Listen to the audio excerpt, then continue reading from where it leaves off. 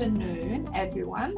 Eva Hussein from Polaron here with a very special guest. So as you know, we bring you someone special once a week, but this week it's even specialer than special. So with that, I wanted to welcome my very good friend, Rana Ebrahimi. Good afternoon to you, Rana. Good afternoon. Really good to see you online. Great, because we met in person about a year ago, I think, when you just started your new job, and we were just planning for our diversity forum, and everything looked rosy, and then things went a bit south after that. What have you been up to? Well, it was a really interesting year, actually, very challenging, very new. Working from home and lockdown was not new to me, to be honest. I experienced it in 2010 for personal issues, but and I am a people person. I need to socialize and get energy from people. So in the beginning, it was really hard. Mm-hmm. But after, I think, 3 months, it got better, and we realized that we really need to move on and do the engagement and do something, change our skill set, find the skill set in working online and bringing people online and do webinars. So it was a good learning, I think, turn for us as well. Mm-hmm.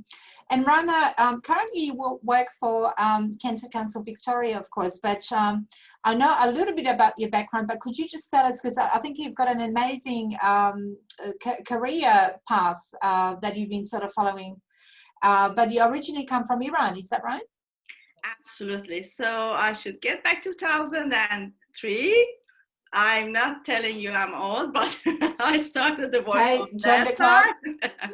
And what I've done is I graduated in 2000. I did some small jobs now and there in here and there in journalism and these things. Then a huge earthquake happened in Iran, in southeast Bam, in December 2003, and I immediately went there to support people and help people, because in that time it was amazing. 150 international NGOs arrived in Iran to help, because the president of the time announced for international help. I worked with 3-4 NGOs over there: Greek NGOs, Spanish, Dutch, and German. And I was doing project management. I was their agent and liaison officer in the country, and I continued for 2 years. So I started basically with emergency management. Right. I got really involved and became really interested, because we were practicing prevention as well. While we were doing community rehabilitation and community mobilization, we did community preparedness, that is bringing up people to do things. And we have something very special in emergency management. When a disaster happens, we ask who are the first people who can help and who can respond to that we call them first responders. And mm-hmm. they're basically your neighbors, you yourself, if God forbid you're in a disaster. Mm-hmm. So that means that I started my work with community from the beginning. Through the years, I worked with UNDP on the disaster response program. And then in 2012, I joined UNHCR as the field officer.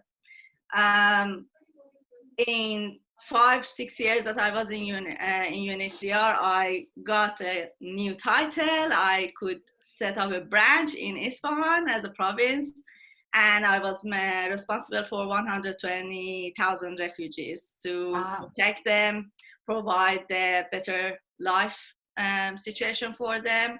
And I became the first Iranian woman who got the title of head of office. And then I decided to come to Australia, and I came here. Right. And given that your work was so intense, I think from what you're describing, 120,000 refugees, that's a massive portfolio.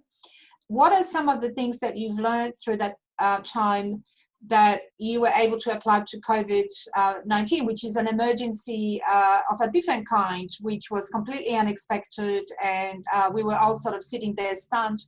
Can you maybe share with us some of the skills that you acquired through your work that you were able to apply here in Australia?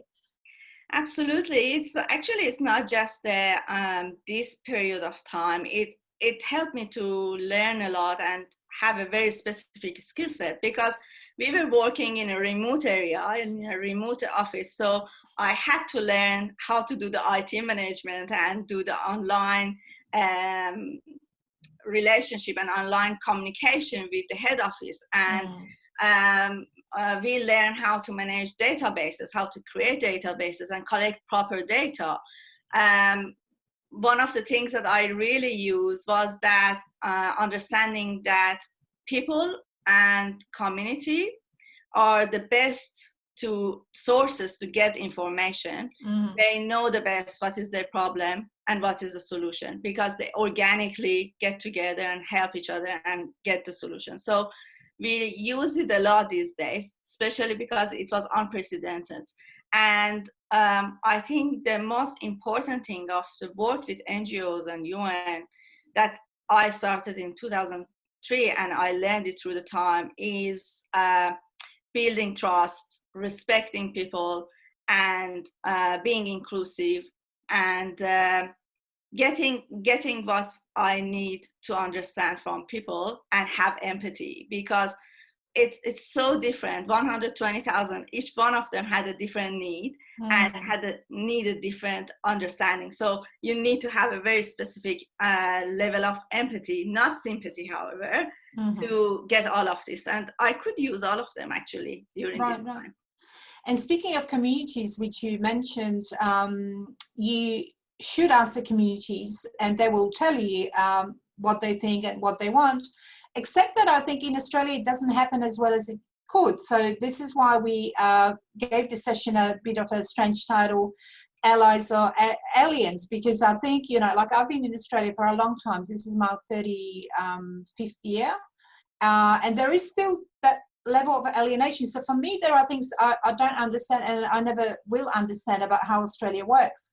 But you, in your current job in Cancer Council, your job is to engage communities. And I think certainly we've all been watching what's been happening in Victoria in particular, where we're still a little bit, I think, locked in our heads. But as the COVID was becoming an everyday occurrence, what do you think was happening to the communities here from your perspective?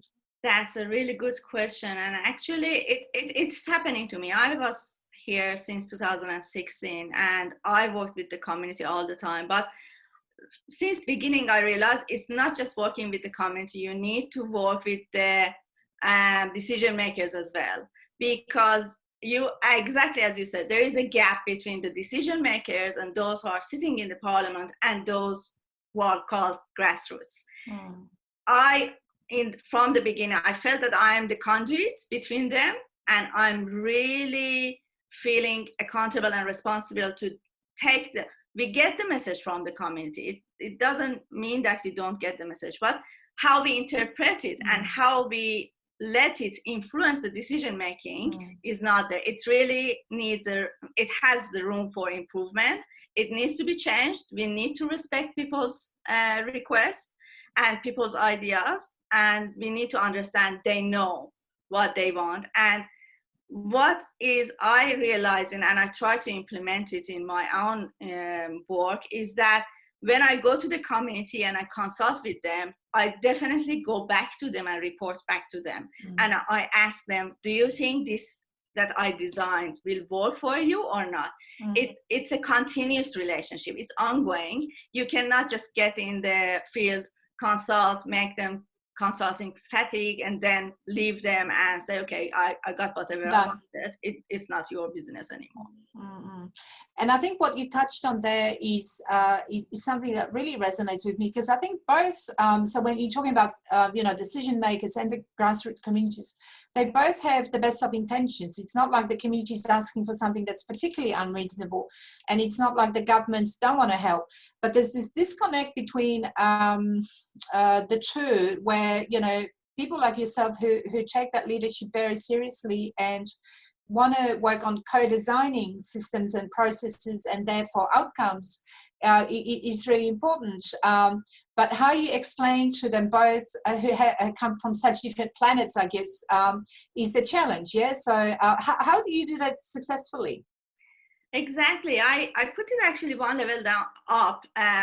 When I arrived, they were saying you don't have the local terminology, and that was the problem. We call it co-design here, but we used to call it participatory approach. It means that they are involved in the whole cycle of project. And I see my role as the translator or interpreter in that. So if I can get the right message from the community and interpret it in the right way for the decision makers or even for academics and researchers, then I am successful to get what I want. Because exactly as you said, that's the part that is disconnecting. And I think that's the role of the community leaders, to have this agenda that they are responsible to interpret and translate what are they hearing and convey the right message. And I think in the context of COVID, of course, when it all happened, we were, as I said, frozen in place and like, what do we do? But can you think of an example of a successful message or a way that perhaps you've worked within your current organization on making those messages resonate and really hit the ground in a way that makes a difference to people? That's actually, we actually working on health matters. So we already knew that everybody are pretty much occupied with COVID, and it's not the time to go to the community and talk about screening. However, it's a health matter. It's urgent, and you need to remind them to do the screening. So that was the challenge for us. And we needed evidence. We could not just judge it ourselves. We needed evidence for the department to inform them that this is what's happening, and we need to change our work and put it on hold, or go very slowly and very cautiously to do not provoke people. So that's what we have done. We got the message from the community. We continuously contacted them, engaged with them, and we asked them with empathy and passion and compassionate that do you think it's a good timing for you to do screening? What type of message we can give to you that reminds you that you're at home and you can do the screening? And we got really good results. We reported very well to the department, and you could see that how the messaging and the campaigns were on hold, or when they were going on, they were very low profile on social media, or a very specific way of conveying the message to the community. So we calibrated our messaging to the community and our campaigns based on the need and on very empathetic with the community actually. And I'm happy that the government was happy with what we are doing, because they had the understanding. They got the backlash before from the community, so they were ready to hear that. Do you have much to catch up on? Like, were there a lot of things that got put on the back burner? Yeah, absolutely. It's a lot. I think I'm working much more now because we have to coordinate a lot and catch up. These online meetings, you don't have the time to conduit, so you just get in and to commute, and so you just get from one meeting to the other, and you just do the job, while you don't understand that you spend absolutely 8 hours or 10 hours on talking to people and communicating with people, and at the end of the day, I'm frustrated. Yeah, I can imagine. And would you say that communication has improved or declined in the last, say, 6 months? Because we, like I said, I think we've all had to cope with a change that was massive in terms of a generational change. I think, other than the wars, we've never had anything like that. So are we communicating better, or are we failing at communication, do you think? I can see a bit of both. Because to some communities, for example, because I can translate it to the relationship with the communities, some communities, they that, it was very easy for them to get there. They are more tech savvy than the others. But we have the communities that are in remote areas. They don't have access to internet and devices, smartphones, for example. So we need to be very cautious to do not forget them. And that's the equity level of the and accessibility of level of this communication. In general, yes, it is improved. But there is a very fine line between improved communication and equitable communication. Right.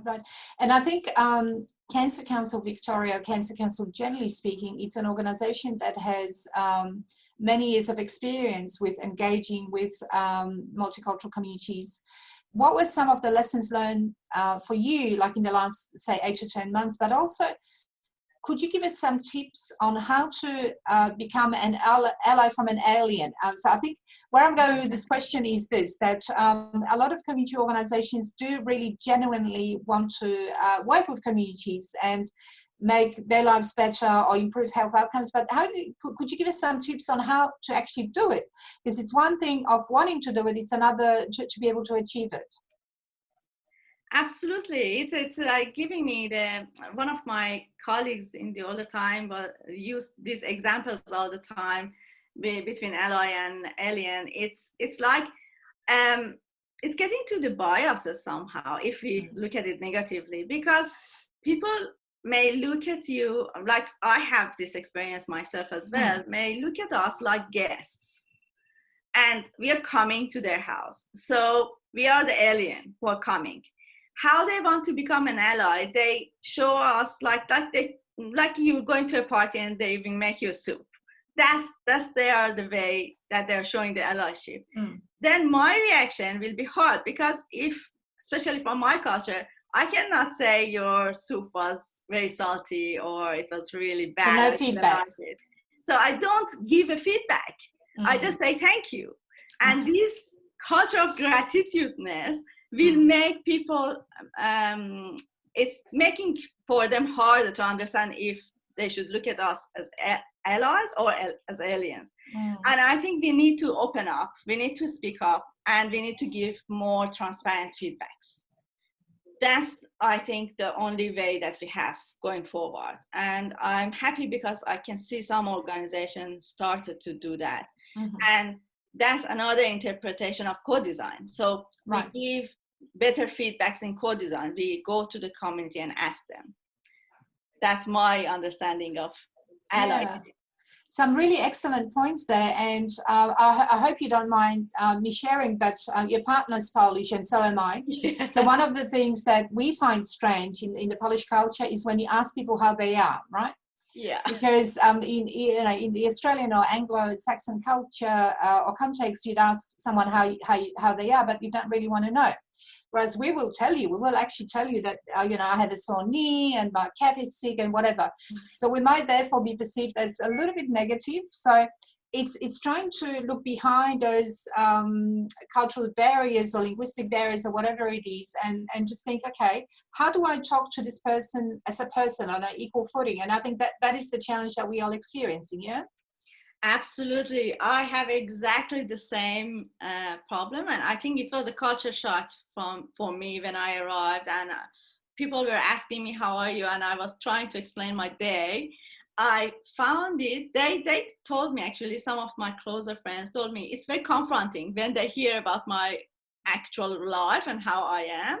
So I think the impact on me, it made me, I'm totally an extrovert. I love to go out, and I was an extrovert. But this behavior made me an introvert. Oh, really? It made me quieter, and I don't want to start a conversation, and I'm awful in small talks. So I don't talk like about these things. And if I get in an elevator with someone from a different background, from Australian background, I usually look very weird because I don't talk at all. I say just hey, or check the head and leave, because it makes me nervous. I don't know if it's correct to explain or not. And you're absolutely right. It's the cultural difference. And my husband is really good, actually. He's a Polish one as well. But he started to explain to people. He's really good with small talks, and after 30 years, he told me, you should explain to people, you should start the talk and Educate them. explain that this is my background. I do it like this. We like to explain about this. I like to hear from you how's your life, and maybe make it more active listening and listen Right. to them. Maybe it will open it up as well, and we will have a third culture. Right. That's such a good point, and you know, a genuine conversation. And I think most people are very open and curious. I mean, you know, having lived here for such a long time, we all agree that Australia is wonderful. But there are, I guess, pockets of people that are excluded from, or they don't even have the confidence to be in a lift and smile or look at someone because it's so. There's so many invisible walls. Is what I was finding initially, and I think it takes confidence to break them and not care about what people are going to think, essentially. Yeah. But tell me, what's ahead of for you for 2021? Do you have like a massive plan of action, or what's going to happen in Rana as well next year? Absolutely. If I do not progress, I get bored.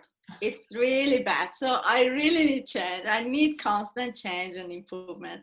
I definitely work more on advocacy, because I genuinely believe that it's my mandate, my personal mandate, to speak up on behalf of people. If I do not do that, I'm sitting on different boards and advisory groups right now. I really use the opportunity to talk.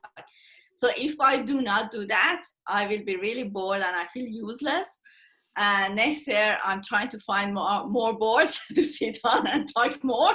Okay. And shout. People take notes. Yeah, listen to Rana, yes. So I'm happy, and definitely more structured advocacy. Mm-hmm. Well, that's a really good aim. As general as it sounds, I think there are not enough people that really understand, you know, in society about what that means and how to make that difference. I'm going to hand over now to Andrea, because we have a lot of questions actually from people. So let's just go with that. Thank you, ladies. First question I have here: how do you, Rana, particularly manage to be heard by decision makers once you arrived to Australia? Did you experience any challenges as a professional migrant? Absolutely. My first challenge was, wherever I I went for a job, they told me, oh, you don't have local experience. Like 16 years of experience was not local. And at the end, I got angry and I was thinking, from which shop I can buy the local experience. But then I learned very quickly that I need to volunteer on a good position, not just volunteering in a shop or something. It's finding a good organization, do internship or volunteering, and try to introduce yourself. Australians themselves, they say it doesn't matter what you do, it matters who you know. So get to know people, do networking. I'm a good networker, I can say that. And find people, let them know about my talents and my capacity. And also for the work that I do, I really try to go through a positive approach. I try to show them what I can do. And I do it very quickly in an agile way to do not lose time. And once they have seen the result and the outcome of your work and they're happy with that, you will open a big door to yourself. Yeah, some really great points, and I think it's really hard to kind of orient yourself. So it's not even a language issue, it's not a cultural issue. It's just the way that I explain it to people is not like I can bump into my high school friend here in Australia that can, I don't know, connect you with networks or you know, it's not even about nepotism, but it's more about having your people on the ground that they can support you. So all those networks you're talking about, Rana, they need to necessarily be built from scratch. And, you know, another saying we have in Polish is that it's really difficult to transplant old trees.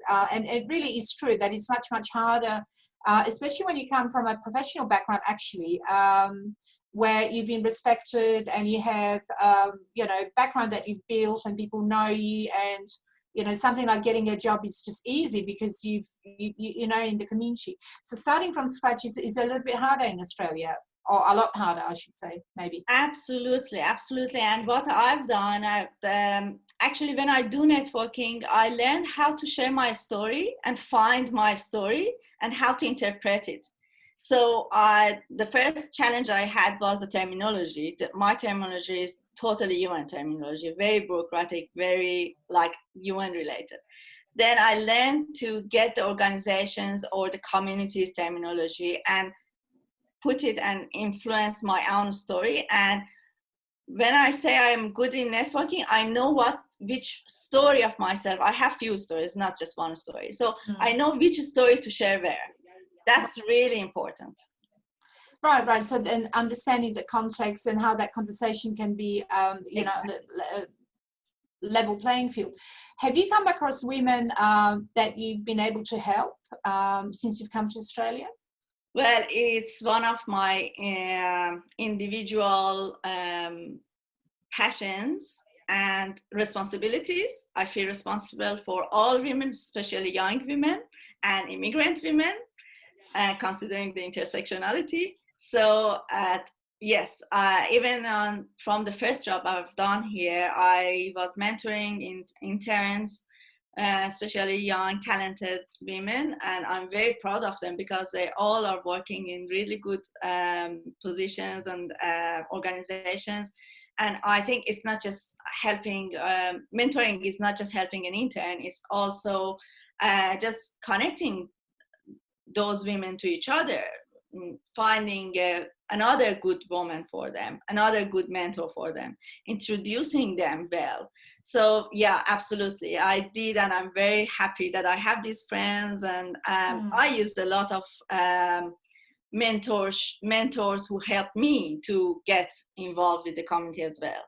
So Rana, really what you're describing is really reclaiming and building your own tribe of people that you can rely on, that you can support, and it's a two-way street really between you and other people, and women in particular. And I think someone like you or me that has gone through that experience, and we know how bloody hard that was, even if we can help a little bit, it's that one less thing that a young woman could do. So that's really good to hear. Andrea, I know we've got quite a few new questions, so I'll hand them over to you again. We do. I just selected one that I particularly liked, which is, how do you build that trust with multicultural communities, Rana?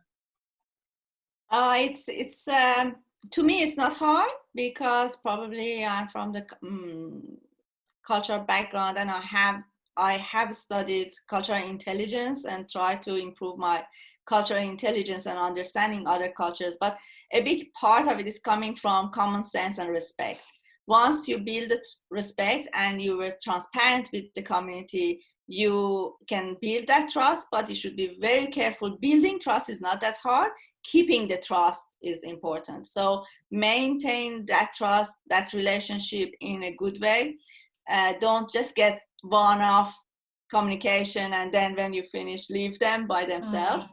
Always keep an eye on anything that you can do for that community, and always keep them as your partners, not your beneficiaries. Right. Because if you have an agenda, people will see it through you straight away. It's about those genuine connections, and I think about keeping that conversation going. And it's something that takes years to develop. So I think one of the things that some people might do is just get into the community, promise them the world, and not be able to deliver. So I think, firstly, Rana, thank you for joining us this morning. I know that you're not an alien. You're definitely an ally to so many people. I have an amazing amount of respect to you, because I know and I remember personally how hard it was, you know, immigrating. And I think you're making such a difference to so many people's lives that I wanted to thank you on their behalf, so whoever they are out there, and just hand over to you for the last few words. But on behalf of Polaron and everyone that's been listening to us today, we will send you some questions that we weren't able to ask because we're running out of time. But thank you sincerely for being a friend, for being an ally, definitely not an alien. Thank you so much. I'm happy to hear that. It's actually, helping me understanding if I'm going on well or not. And thank you so much for having me. It's always good to see you. And I really enjoy these weekly chats that you have, and I learn a lot from that. And I'm happy and open to any request. If you need my help, I'm happy to do it as much as I can. And hope to see you in person soon. Right. So you're very gracious, and we're very appreciative of your offer. So hopefully you're not flooded with requests, but I think there'll be quite a few people that might reach out to you. Listen, 2021 is going to be the best year ever. I want to see you downstairs for a coffee soon, whenever we come back into the office. But have an amazing break. I think hopefully you're building some time off. Have a good Christmas, or if you're celebrating. And I'll see you 2021. Thank you so much. I look forward to our coffee. Thank you. Thanks, everyone. Bye. Thank you, Rana. Bye. Bye. Thank you.